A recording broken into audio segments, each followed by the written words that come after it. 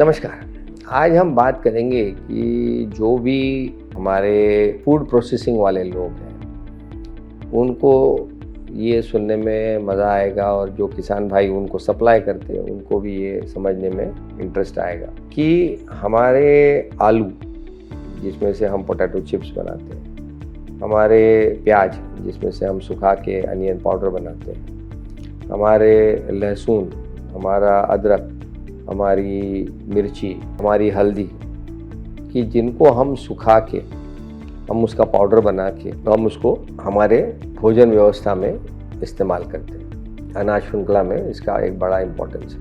अब जो मैन्युफैक्चरर है, जो इसको सूखा बनाने वाला जो है, वो क्या सोचता है कि भाई मुझे यदि 1 किलो पानी उड़ाने में 200 ग्राम मिलता है और कल यदि उतने ही 1 किलो पानी उड़ाने में मुझे 250 ग्राम मिलता है तो मैं ज़्यादा खुश रहूँगा, ज़्यादा प्रॉफिट बनाऊँगा और मेरा जो प्रोडक्ट है वो अच्छा दिखेगा, क्योंकि अब वो सिकुड़ेगा नहीं। तो कम सिकुड़ने वाला प्रोडक्ट बाज़ार में हमेशा प्रीमियम पे बिकता है। अब सवाल ये आता है कि जो हमारे काश्तकार भाई हैं, किसान बंधु हैं, ये इसको कैसे बढ़ा सकते हैं। तो सबसे इजी तरीका है पानी को काटो।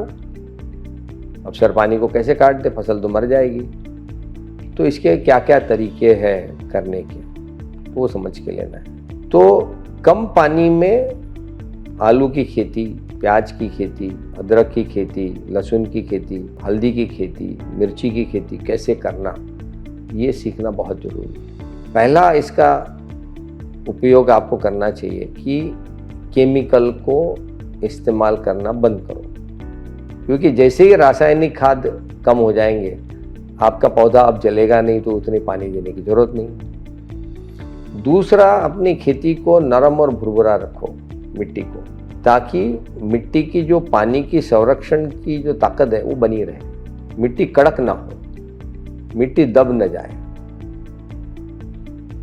और ये करने से क्या होगा कि अब आपकी जड़ों का जो जाल है, सफ़ेद जड़ों का जाल बड़ा होगा, घना होगा, और कम पानी की अवस्था वाली मिट्टी से भी हमारा पौधा उतना ही पानी ले पाएगा, ज़्यादा पोषण ले पाएगा। तो सारे जो हमारे पौष्टिक, जिसको हम कहते हैं फीड, वो अब कॉन्सेंट्रेटेड फॉर्म में हमारे पौधों के अंदर जाएगी। तो उसका अंत में क्या होगा कि यदि हमारा प्याज है तो आज उसके अंदर जो पानी का जो परसेंटेज है, जिसको मास सॉलिड कहते हैं, वो बढ़ जाएगा। इसका मतलब पानी कम हो जाएगा। और ये हमारे वातावरण के लिए भी अच्छा है, हमारे खेती के लिए भी अच्छा है, क्योंकि हमारे किसान भाइयों को अब पैसा भी ज़्यादा मिलेगा, क्योंकि कस्टमर जो पैसा दे रहा है वो तो सॉलिड का दे रहा है, पानी का नहीं दे रहा है।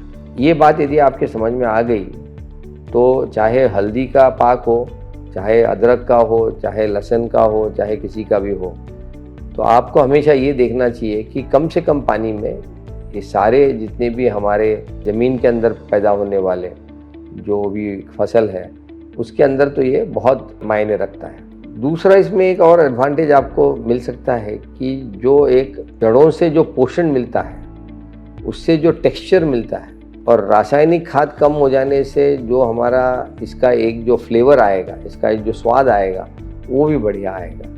तो इसकी वजह से हम ये सारी चीज़ें एक्सपोर्ट भी कर पाएंगे, क्योंकि जब आप कोई भी मसाला, फ्लेवरफुल मसाला लंबे समय तक रख पाओगे और एक्सपोर्ट कर पाओगे।